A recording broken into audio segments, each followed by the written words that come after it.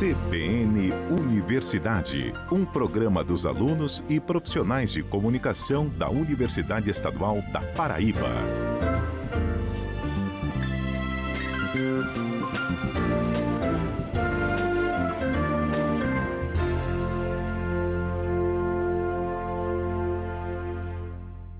Olá, bom dia! Está começando o CBN Universidade deste sábado, dia 2 de maio de 2020. Para você que está ouvindo a CBN Campina Grande, seja muito bem-vindo ao nosso programa, que é o espaço de laboratório para estudantes de jornalismo pela UEPB e de educomunicação pela UFCG, que fazemos estágio na Coordenadoria de Comunicação da Universidade Estadual, aqui em Campina Grande. Eu sou Natasha Leone e você que nos acompanha todo sábado sabe que a apresentação do nosso programa é compartilhada para que mais pessoas possam vivenciar essa experiência. Mas como estamos vivendo um momento de pandemia mundial, eu tenho comandado os programas nas manhãs de sábado para garantir a menor circulação de pessoas pelo estúdio de gravação da Codecon em Bodocongó. Simbora com os destaques do programa, né? Todo sábado você já sabe que é dia da coluna Direito e Cidadania com Luciano Nascimento. Na coluna de hoje, seguimos a série Direitos Sociais.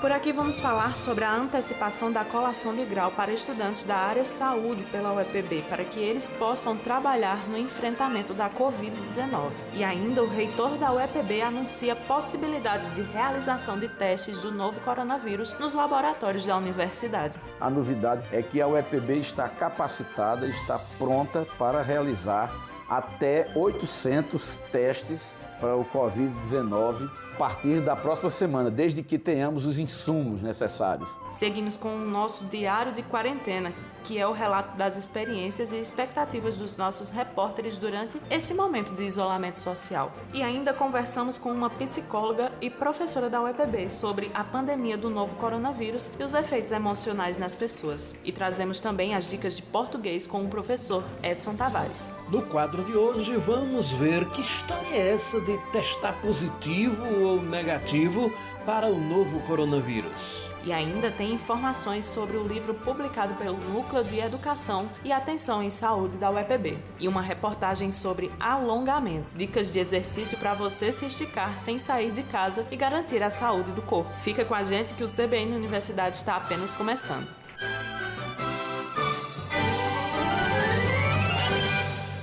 E já começamos com informação para os estudantes da UEPB. As atividades presenciais da instituição permanecem suspensas até pelo menos o dia 17 desse mês, em virtude da pandemia do novo coronavírus, e para evitar também o aumento do número de casos aqui na cidade. Essa é uma decisão coletiva entre a reitoria da UEPB, da UFCG e de outros representantes de instituições de ensino técnico e superior aqui em Campina Grande, que têm se reunido remotamente para avaliar o panorama.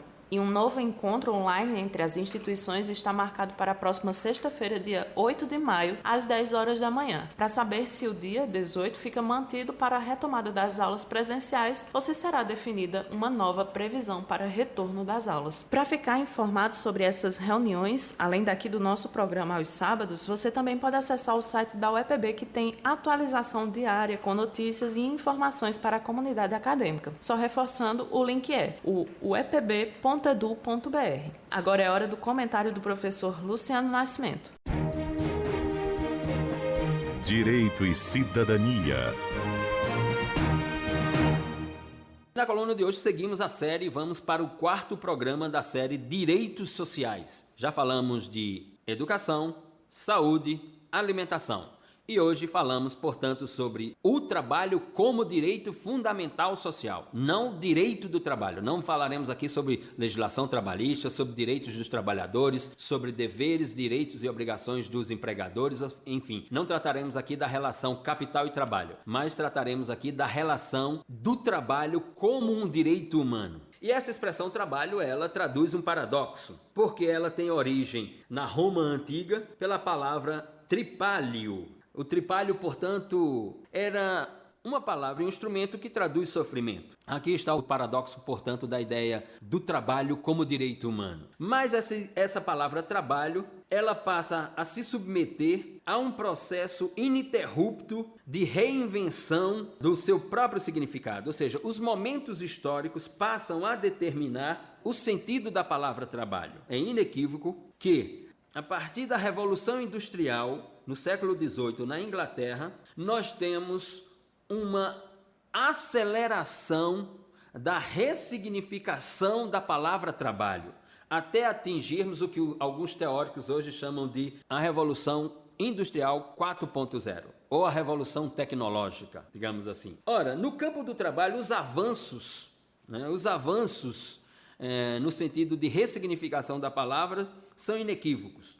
E a palavra tecnologia, ela adentra definitivamente para a ideia da palavra trabalho ou da expressão mundo do trabalho. E a tecnologia não veio cumprir uma função que inicialmente alguns pensaram, ou seja, a tecnologia seria um instrumento, ou os instrumentos tecnológicos seriam ferramentas que facilitariam a vida das pessoas, e isso aconteceu, que produziriam riqueza, e isto aconteceu, mas não foi pensado que causaria exclusão social. E na produção de riqueza, concentração de riqueza. Não há dúvida de que a tecnologia se traduz por um instrumento mais de exclusão social do que inclusão social.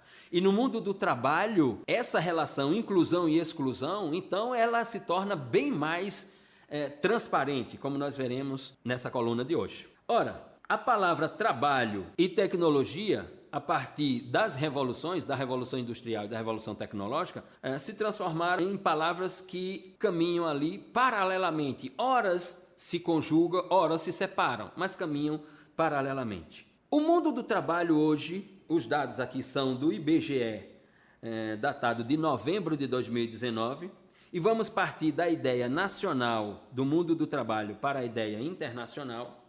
Segundo o IBGE, em pesquisa divulgada pela Globo News em novembro de 2019, nós temos no Brasil, naquela data, imaginemos que agora estamos mergulhados em uma crise de caráter sanitário e humanitário internacional, e que, portanto, os dados sobre emprego, sobre trabalho, deverão ser divulgados, estão sendo apurados, investigados, pesquisados, mas deverão ser divulgados só na pós-crise e, portanto, serão números bem diferentes. Nós tínhamos, em novembro de 2019, um pouco mais do que 12 milhões de desempregados no território brasileiro, o que o direito ao trabalho como direito humano fica extremamente comprometido.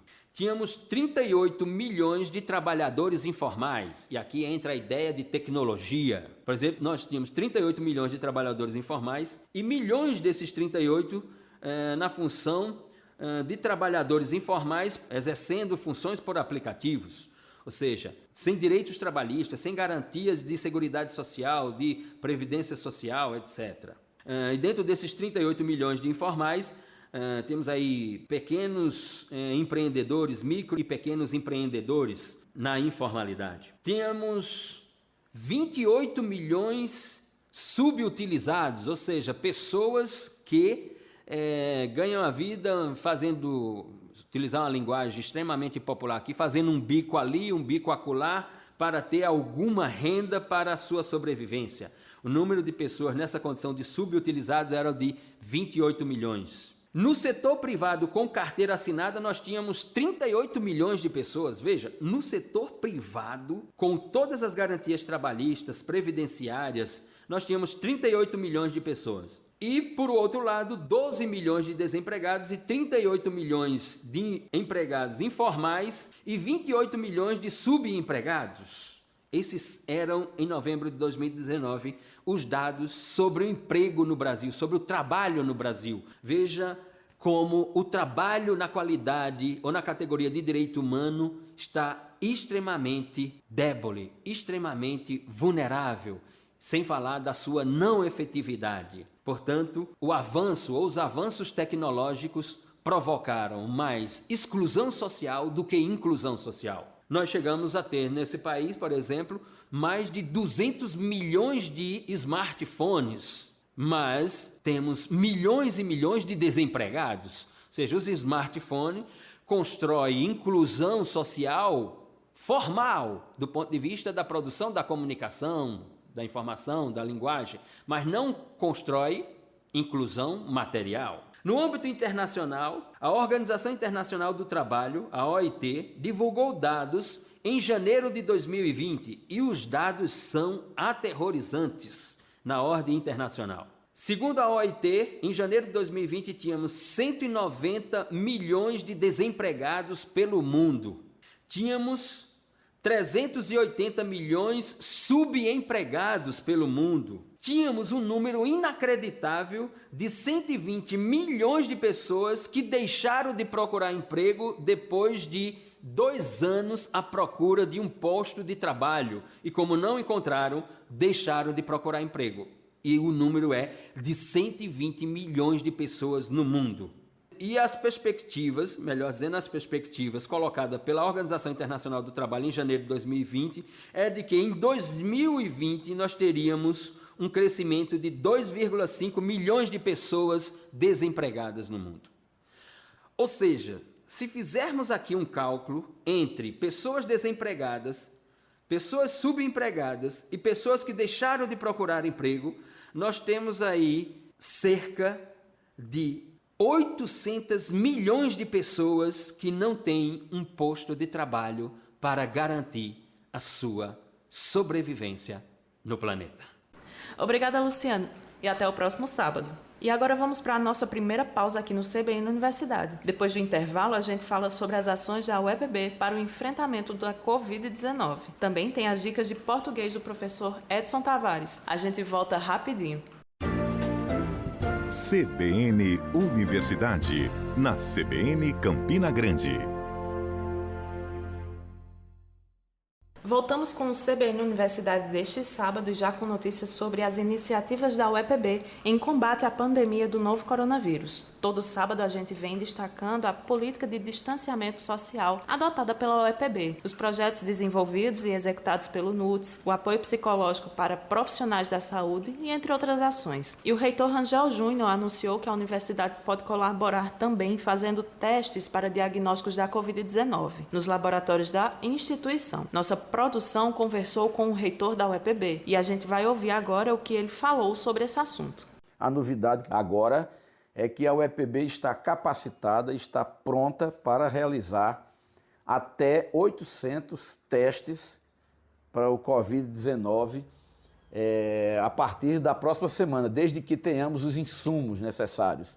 A parte de equipamento, a parte de treinamento de pessoal, nós estaremos aptos a, num processo de retorno às atividades, num processo de retorno coordenado, de retorno cadenciado das pessoas às atividades, a necessidade de testagem para o Covid-19 é fundamental. É fundamental que realizem-se os testes para garantir também o afastamento ou a quarentena de pessoas que estejam contaminadas, evitando assim que, após o retorno às atividades, nós tenhamos mais uma vez possibilidade de picos de contaminação, tendo em vista a capacidade de rapidez de contaminação do novo coronavírus. Então é um conjunto de ações que nós estamos empreendendo e certamente isso fortalece o papel da universidade junto à sociedade, a sua importância e a importância dos profissionais da UEPB, da comunidade universitária da UEPB como um todo, que não mede esforço, que não mede distância para contribuir com a sociedade num momento tão crítico para todo mundo. Desejo muita saúde, muita paz, e que a gente possa atravessar esse período, atravessar essa verdadeira tempestade, esse verdadeiro deserto que nós estamos atravessando, e que todos possam gozar de plena saúde psicológica, de saúde em todos os sentidos, mas preservar a saúde mental, buscar desenvolver atividades, buscar seguir rigorosamente todas as regras de proteção, de higiene, de distanciamento social, que assim nós vamos superar essa dificuldade e podermos em breve todas as pessoas voltar a estabelecer uma relação social, certamente a partir de novos parâmetros, mas dentro de um padrão de normalidade. É isso. Muito obrigado. Pois é, mais uma iniciativa de grande importância da UEPB nessa luta contra o coronavírus. E durante esse momento de quarentena, o que você tem feito com o tempo dentro de casa? O diário de quarentena deste sábado é do nosso repórter Valério Júnior, que contou um pouco da vivência dele e da família. Como está sendo a nova rotina e as perspectivas para os próximos dias. Vamos ouvir?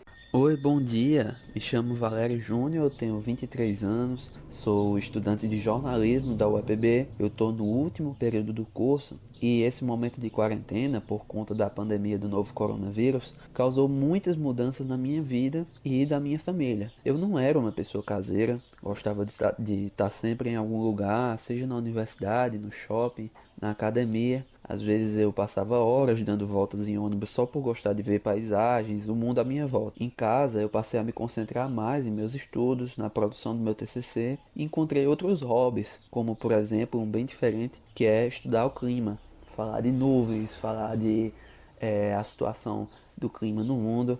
Isso é uma coisa que eu encontrei para passar o tempo nessa quarentena. Na minha casa, só a minha mãe e o meu irmão estão de quarentena total junto comigo. Ela é costureira, está com a loja que trabalha parada. Meu pai trabalha em um serviço essencial, que é o de vigilância. Como profissional da área de segurança em um banco, ele vem tomando todos os cuidados possíveis, utilizando álcool em gel, máscara e indo ao trabalho de bicicleta, já que ele não tem outra escolha, não tem como ficar em casa, né? A rotina da nossa família nesse último mês tem mudado muito em relação à proximidade. A gente está mais integrado, a gente conversa mais, compartilhamos mais sobre coisas da nossa vida que mesmo morando juntos, a gente nunca tinha tocado no assunto. Apesar do nervosismo, das incertezas em relação ao futuro, a gente está ciente que a decisão de se manter em casa, tomando todos os cuidados, é super essencial para poupar a nossa vida e a de centenas de outras pessoas com quem a gente teria contato se a gente estivesse saindo por aí. Eu mesmo já perdi as contas de quantos dias exatos a gente está aqui nessa espécie de prisão domiciliar, né? Mas a certeza que a gente tem é que daqui vamos sair uma família melhor, mais próxima, com mais empatia, mais respeito pela gente mesmo, daqui de casa, e pelo próximo, pelas pessoas que estão na rua. Então esse é o meu relato de quarentena. Eu imagino que já seja quase um mês que a gente está em casa. O que a gente pode esperar é que tudo isso passe o mais rápido possível, que se encontre um tratamento, que se encontre uma vacina. E enquanto isso não acontece, é esperar que todos sigam as recomendações do Ministério da Saúde e da Organização Mundial de Saúde. Fique em casa, lave as mãos, use álcool em gel, não toque no rosto. Vamos passar por tudo isso juntos. Valério Júnior para o CBN Universidade. Obrigada, Valério, por compartilhar aqui com a gente um pouco da sua vida nessa quarentena. Agora é hora de ficar afiado com a língua portuguesa, com as dicas do professor Edson Tavares. Fica atento e vamos ouvir. Português sem segredos, com Edson Tavares. Bom dia, gente! Durante esse período complicado de coronavírus, uma das expressões mais ouvidas é de que fulano testou positivo ou fulano testou negativo. Como é isso? Regência nova para o verbo testar? Muito pertinente e esclarecedora é a explicação do linguista Marcos Banho. Ele diz que se trata de o que se chama em linguística de decalque, ou seja, a tradução literal de um termo ou construção da língua de origem. Em inglês, se diz to test positive, que é uma propriedade sintática da língua inglesa chamada construção resultativa. É uma construção que permite condensar, compactar a ação e o resultado da ação na mesma frase. Veja o exemplo. The lake froze solid. Tradução literal. O lago congelou sólido. Ou seja, o lago congelou até ficar sólido. Congelar é a ação e sólido é o resultado da ação. Então, quando se diz em inglês she tested positive, a tradução literal é ela testou positivo. Ou seja, ela testou e deu positivo. Testar é a ação. Positivo é o resultado da ação. Então, a tradução literal, passando para o português, ficou ela testou positivo. Mas ainda surge uma questão. Qual a função sintática em inglês da palavra positive em she tested positive? Assemelha-se ao nosso predicativo do sujeito. Por exemplo, quando eu digo ela parece aborrecida, aborrecida é o predicativo do sujeito ela. Mas o predicativo precisa concordar em gênero e número com o sujeito, não é? Ela parece aborrecida, ele parece aborrecido, elas parecem aborrecidas. Sim, só que em inglês o adjetivo é invariável. Não tem uma palavra para o masculino e outra para o feminino. Daí ter vindo para o português, como foi para o francês, o espanhol, o italiano, sem adaptação às normas dessas línguas que receberam a expressão. Mas, finalmente, é correto ou não?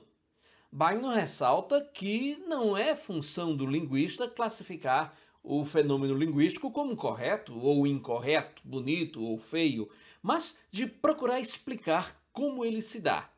E isso nós acabamos de fazer. Espero que você não teste positivo para essa doença terrível. Eu volto sábado que vem. Obrigada, professor Edson, e até o próximo sábado com mais dicas no quadro Português Sem Segredos. E é hora de intervalo. No próximo bloco, a gente conversa com uma psicóloga e professora da UEPB sobre essa pandemia e como ficam as nossas emoções durante o período de distanciamento social. Nesse programa, ainda tem os detalhes da publicação sobre o uso de drogas pelo Núcleo de Educação e Atenção em Saúde da UEPB. E dicas de como fazer alongamento dentro de casa, hein? Fica sintonizado que a gente volta rapidinho. CBN Universidade, na CBN Campina Grande. CBN Universidade de volta e a gente fala agora sobre a pandemia do novo coronavírus e os efeitos emocionais que a experiência de isolamento tem causado nas pessoas. Esse é um momento histórico que estamos vivendo. E para se ter uma ideia, a última vez que havia sido decretada quarentena foi na pandemia da gripe espanhola, em 1917. Então só vivenciou um momento como esse antes quem hoje tem pelo menos 103 anos e ainda era muito pequeno, que com certeza nem deve lembrar. Então, é uma experiência nova para o mundo inteiro. Que sejamos francos, vinha numa vida super acelerada e de uma hora para outra todo mundo precisou parar, e parar bruscamente. E essa mudança na rotina é vivida de diferentes maneiras. Tem gente que recebe melhor, outras têm mais efeitos colaterais, alguns até nem sentiram a mudança de rotina de fato. Para entender um pouco mais sobre as questões psicológicas do indivíduo durante um momento em que cumprimos o isolamento social, vamos conversar com a professora da UEPB, do campus daqui de Campina Grande, a Josevânia da Silva. E a minha conversa com ela vai ser por telefone para garantir o distanciamento social. Vamos ouvir agora a minha entrevista via ligação telefônica com a psicóloga e professora da UEPB, Josevânia da Silva. Oi, professora, eu sou Natasha Leone, do CBN Universidade. Desde já agradecemos por nos atender. E já começando, professora, por que o mundo está tendo tanta dificuldade em parar e desacelerar, em frear um pouco? Nós vivemos uma sociedade que a gente chama de sociedade do desempenho, né? Da produtividade. Aliás, em 2010, um filósofo coreano, ele publicou um livro, ficou bem famoso, né? Que ele falava justamente da sociedade do cansaço. Mas ele falava isso para dizer que a nossa realidade, isso não se restringe ao Brasil, mas ao mundo, somente o mundo globalizado, onde nós temos essa exigência por desempenho, por produtividade. Quanto mais multitarefas nós somos, mais a gente associa isso a uma noção de desenvolvimento, de ser bem-sucedido, enfim. Se a gente pensar, né, um outro aspecto que impacta na nossa subjetividade, porque essa pressão para a produtividade automaticamente nos leva a querer também entrar nesse ritmo, né? E aí depois, se a gente for pensar desde criança, uma pergunta que as pessoas nos fazem é: o que é que você quer ser quando crescer? E o que é que acontece? É que a resposta para esse ser, quando crescer, em geral, é um fazer, né? Eu quero fazer psicologia, eu quero ser psicólogo, eu quero fazer jornalismo, eu quero ser jornalista, né? Então, o fazer nosso, do dia a dia, ele fala muito daquilo que a gente é enquanto identidade. Ele define nossa rotina, ele, de certa forma, fala sobre quem nós somos e vai impactar na nossa identidade, na nossa subjetividade. E aí o que é que acontece? Quando nós estamos assim, diante de um cenário rápido, que exige de nós um parar, um desacelerar, né? De certa forma voltar-se para si, aí a gente desencadeia um conjunto de sentimentos, que nem sempre o que a gente faz, ele aponta uma sensação de autorrealização. Às vezes você trabalha em algo que é porque você precisa trabalhar e é o jeito, né? Mas quando isso também implica em algo que significa uma autorrealização, é como se ao parar, ao fazer, aí vem alguns sentimentos. Então, nesse contexto, eu tenho visto pessoas dizendo que parar para mim vai significar perder recursos, perder trabalho, perder ganhos, né? Para outros vão dizer que se eu não parar, isso vai implicar em saúde. Então, esse sentido dessa minha relação com esse fazer, com essa competitividade, ela vai estar muito nessa relação com aquilo que para mim foi construído enquanto valor. Entendi. E como você bem falou, um momento como esse é absurdamente difícil para quem tem ansiedade, né? As buscas pelo termo ansiedade bateram recorde no Google no Brasil no mês de março. Como identificar que essa situação está provocando uma crise de ansiedade e o que fazer? Inicialmente, eu gostaria de ressaltar que a ansiedade, enquanto um sentimento, nem sempre ela é ruim, tá? Então, a ansiedade, ela também tem um valor adaptativo. Então, por exemplo, diante de uma demanda que nós temos no trabalho, na universidade, para fazer, às vezes, uma entrega, uma data que você vai precisar entregar um relatório, quando aquilo vai se aproximando, você vai sentindo ansiedade. Essa ansiedade que lhe mobiliza para a ação, que faz você antever uma sensação de ameaça ou algo assim, e lhe mobiliza, faz com que você organize o tempo e ajuste para fazer e executar a ação, ela tem o que a gente chama de um valor adaptativo, e não ter nunca ansiedade também seria um problema. Então, esse sentimento que lhe mobiliza, lhe dá uma certa ansiedade, mas te mobiliza, não lhe paralisa, ela tem um valor adaptativo. Agora, quando é o que você bem falou, quando é que a gente está pensando aqui numa crise de ansiedade? Quando é que essa ansiedade passa a ser um transtorno psicológico, né? Então, quando ela passa a ser, digamos assim, excessiva, vai afetando o exercício das nossas atividades diárias, vai implicando numa dificuldade de concentração, a pessoa sente que está perdendo o controle, e ela também vai ser associada a um medo frequente, a uma sensação de angústia frequente, a ponto que vai paralisar. A gente se sente paralisado, imobilizado, com dificuldade de concentração.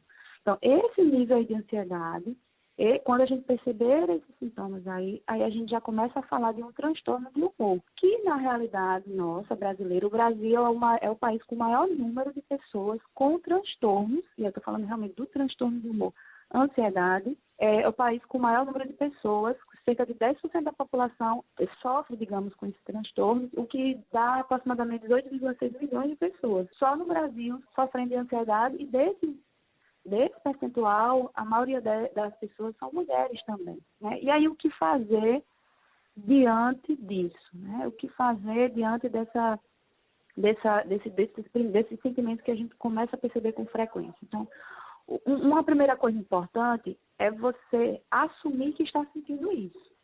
Ou seja, não negar seus sentimentos, não negar o que você está percebendo como sinal que você sente que está perdendo esse controle. Então, se eu dissesse para você aqui agora, não pense num elefante rosa com asas, automaticamente a gente pensa. Então, não adianta negar o pensamento naquela hora, porque ele de fato está ali, né? Então, o primeiro passo é reconhecer, admitir e entender que ansiedade ou qualquer sofrimento psíquico, ele não é sinal de fraqueza, mas de sofrimento. E no segundo, após reconhecer que é importante, em vez de negar, procurar ajuda profissional, porque se aqui a gente está falando de uma crise de ansiedade, se nós estamos falando de um transtorno, aí de fato nós vamos precisar de um suporte profissional que vai nos ajudar a desenvolver recursos, focar efetivamente naquilo que está nos gerando esse sofrimento. E nesse contexto de pandemia, tem havido diversas ações voluntárias na universidade, em outros centros de universidade, serviços, oferecendo escuta online de forma bem aberta, voluntária ou com preços que a gente chama de cobrança social, né, acessíveis para a população. Então, quando a gente se afasta da nossa rotina, que era aquilo que nos dava um certo sentido inicial, e essa ansiedade ela aumenta, é importante procurar essa ajuda. O excesso de informações prejudica nesse processo? Ver redes sociais demais, muitas notícias negativas, como isso interfere? Nesse contexto de isolamento, de fato, é importante a gente manter uma rotina. Recentemente, a Organização Mundial de Saúde ela lançou algumas recomendações para o cuidado de saúde mental em contextos de isolamento e distanciamento social. Entre os pontos alencados estava lá você manter uma rotina diária de atividades, realizar atividades prazerosas, é importante, É importante também dizer que quando a gente fala ocupar a mente, quando a gente pensa no contexto da ansiedade, do ponto de vista do manejo clínico, só ocupar a mente ela não vai ser suficiente para lidar e para cuidar mesmo do sofrimento psíquico, porque realmente exige um processo de cuidado, de identificação do que tem gerado essa ansiedade, esse sofrimento, para desenvolver estratégia para lidar com isso. Agora, nesse contexto de isolamento social, de fato, manter uma rotina e tal, ela é importante. Agora, é interessante que nós entendamos que a ocupação da nossa mente, ela não pode significar uma fuga. Às vezes, algumas pessoas, quando estão lidando com algum sofrimento, ela canaliza isso para o trabalho e se ocupa das diversas maneiras, né? É como se o trabalho, às vezes, também, a ocupação cotidiana, e por isso aquela pergunta inicial, né? Por que é tão difícil parar? Porque aquilo que nos mobilizava, o nosso fazer, ele se confundiu com o nosso ser. E quando as exigências, digamos, eu sempre gosto dessa frase, quando as exigências, elas sufocam a existência, quando o meu fazer, a produtividade, ela sufoca o meu sentido, o propósito, que realmente importa, aí a gente adoece. Então, é um ocupar a mente, mas do ponto de vista de você se colocar, de você produzir algo que lhe faz bem, lhe dá prazer, que você sente que aquele fazer, ele vai te acrescentar muito mais para ser melhor para você, para ser melhor com os outros, do ponto de vista coletivo também, né? Então, é importante manter essa rotina e isso tem sido apontado por diversos especialistas. Professora, levando tudo isso em consideração, o que as pessoas podem e devem fazer para atravessar esse momento com saúde mental em dia? Eu vou citar alguns pontos. Primeiro, exercer uma expressão que a gente usa na terapia, que é exercer a autocompaixão, que não é vitimismo, tá? Ou seja, o primeiro ponto tudo bem não está tudo bem. Ou seja, ter paciência com você. Porque o que eu percebo? As pessoas, elas têm sido exigidas constantemente, faça tal curso de idioma, faça tal rotina. E embora a gente saiba que manter uma rotina seja importante, às vezes vai fluir num certo dia, mas às vezes simplesmente não vai fluir.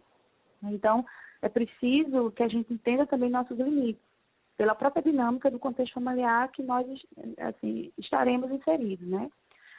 Um dos aspectos também, que é o segundo aspecto, promotor de resiliência, nesse espaço que a gente possa ter, digamos assim, mais resiliência nesse momento, é saber identificar a situação problema. Ou seja, o que eu estou passando, os meus medos, eles dependem necessariamente de mim, ou ele decorre de uma situação muito mais ampla, que tem afetado diversos países. Porque ao localizar o que gerou o problema, a gente evita uma culpa desnecessária que nos aumenta ainda mais em termos de ansiedade. Então, só depende de mim ou é algo muito mais amplo, né?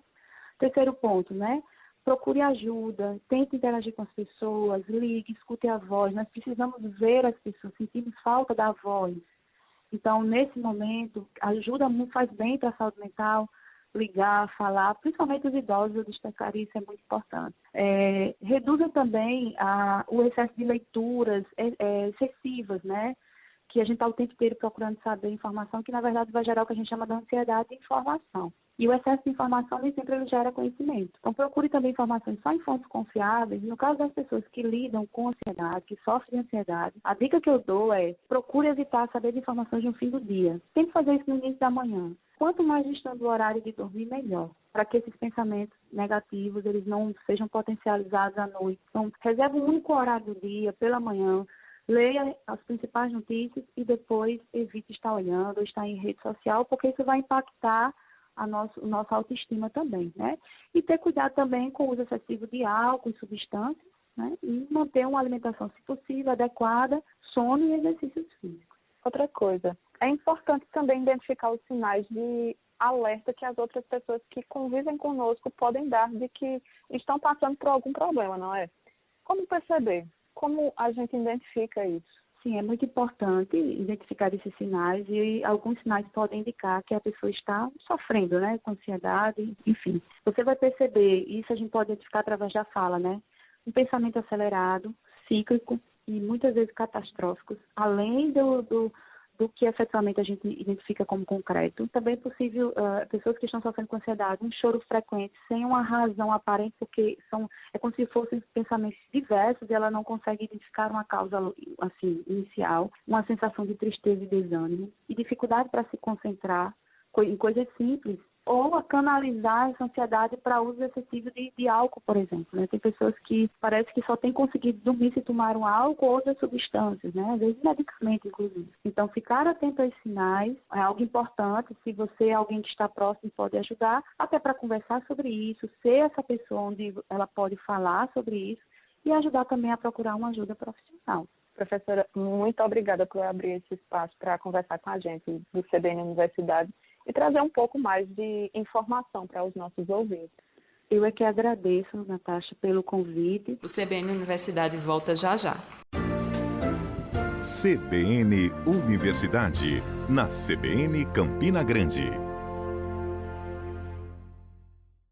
Estamos de volta com o CBN Universidade deste sábado, dia 2 de maio de 2020. Para você que sintonizou agora neste programa, já falamos sobre as ações da UEPB no enfrentamento ao novo coronavírus, que vão desde monitoramento da qualidade da água consumida aqui no estado, passando pela confecção de protetores faciais e atendimento psicológico para profissionais da saúde. E ainda o projeto de respirador para uso em pacientes vítimas da Covid-19 que necessitam de aparelho para garantir a vida. E ainda a testagem para confirmação dos casos de coronavírus na Paraíba. Por aqui, a gente também trouxe os nossos colunistas Luciano Nascimento falando sobre o trabalho como direito social, e no bloco anterior eu bati um papo com a psicóloga e professora da UEPB, Josevânia da Silva, sobre a pandemia do novo coronavírus e os efeitos emocionais que a experiência do isolamento social tem causado nas pessoas. Foi bem interessante. Para você que perdeu algum trecho do CBN Universidade deste sábado, daqui a pouquinho ele vai estar disponível na íntegra no canal da Rede UEPB no YouTube, para você acompanhar o programa por inteiro. E seguimos com mais informação aqui no CBN Universidade deste sábado. É que o Núcleo de Educação e Atenção em Saúde, o NEAS da UEPB,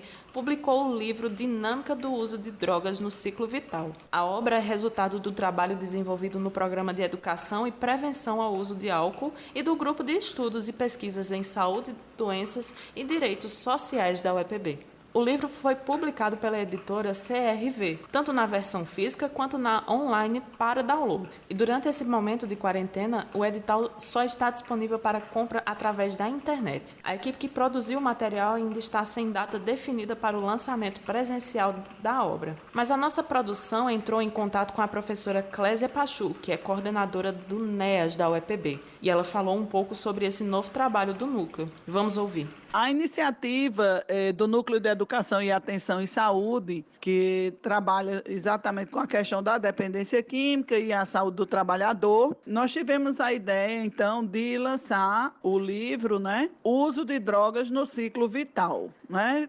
Na realidade, a evolução dele, desde a gestação, né? Então, como é o uso dessas drogas lícitas e ilícitas, desde a gestação, como o nascituro, a gestante, a criança e o adolescente, o adulto, o jovem e até a terceira idade, né?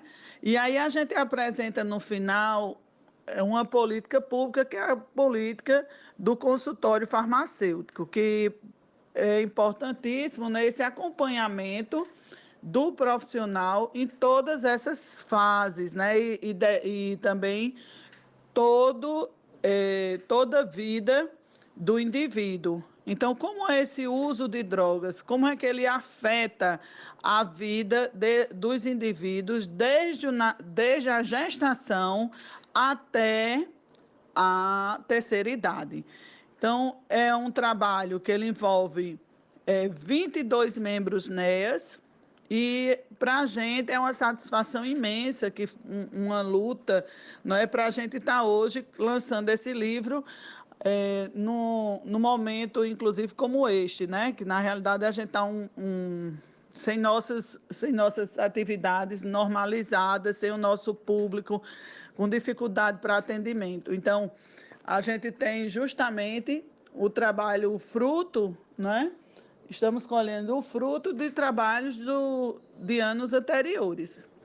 Então, para a gente, é super importante esse momento, e tão logo a gente retorne às atividades normais, faremos o lançamento do livro presencialmente. Mas o livro ele já se encontra disponível no site da editora, e estamos justamente trabalhando para que a gente consiga lançá-lo o mais breve possível. Ele está disponível tanto no formato eletrônico como impresso. A professora Clésia Pachu, que você acabou de ouvir, além de coordenadora do Núcleo de Educação e Atenção em Saúde, é também a organizadora do livro Dinâmica do Uso de Drogas no Ciclo Vital, que foi recentemente publicado. E reforçando, ele está sendo vendido apenas através da internet no site da editora CRV, na versão física ou online. E a gente muda de assunto agora para falar sobre alongamento. A técnica é muito importante e fundamental antes e depois de alguma atividade física, principalmente para os atletas. Porém, o alongamento também pode ser feito isolado, sem necessariamente estar ligado a alguma prática esportiva. Por exemplo, o simples fato de se espreguiçar depois que acorda é uma forma de alongamento. E às vezes, quando você está no computador, no celular mesmo por muito tempo e dá aquela dorzinha que você só consegue amenizar alongando os punhos. Pois bem, a reportagem que vamos ouvir agora é do Ricardo Júnior e traz algumas dicas para a gente se alongar sem sair de casa e ter um dia mais leve. Escuta aí. Alongar. Todo mundo espera que esse período de isolamento não se alongue muito, mas para atravessarmos tudo isso com qualidade de vida é preciso fazer atividade física. E uma das formas mais simples de se exercitar é através do alongamento, esse ato fácil e tão importante que a gente até faz involuntariamente muitas vezes. E pode ser a primeira coisa a ser feita no dia, como explica a fisioterapeuta e instrutora de Pilates, Jéssica Caluete. Ao levantar-se da cama para você começar o dia bem disposto, você cruza os dedos, leva para cima da cabeça e vai esticando os braços, a coluna, o corpo em direção ao teto. Você vai esticar como se fosse tocar o teto e, se possível, ficar na ponta do pé também. E faz isso em média 10 vezes, segura pelos 10 a 15 segundos. Vocês vão ver também que vocês já vão ficar mais dispostos. Uma outra dica de alongamento ainda em pé ao acordar é você ir com as mãos em direção ao chão. Não é obrigado a você conseguir encostar as mãos no chão. O interessante é que você sinta alongar a parte posterior do seu corpo, principalmente das suas pernas. Se sua mão vai até o joelho, não tem problema. O importante é que você não dobre os seus joelhos. Para isso, você vai o máximo que você puder no seu limite e sustenta lá 10 segundos e retorna à posição inicial. Pode ser feito também 10 vezes. Agora presta atenção, se você está trabalhando de casa em regime home office, tem que tomar muito cuidado para a postura durante a atividade. Para você que está como home office, em casa, né, que improvisou um espaço ou que está trabalhando em cima da cama, muito comum isso de você estar com o computador ou celular trabalhando em cima da cama, digo logo uma dica, cuidado com a postura, cuidado com sua coluna, para que você não venha prejudicar.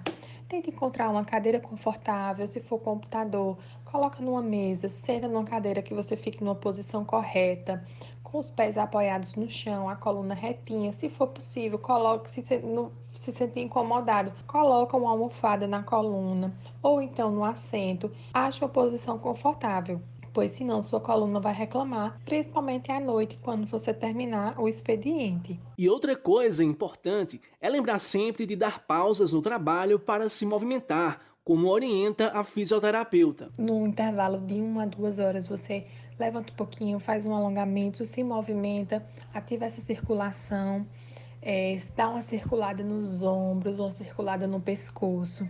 Pode ser feito também um alongamento cervical, que é bem simples, todo mundo sabe fazer.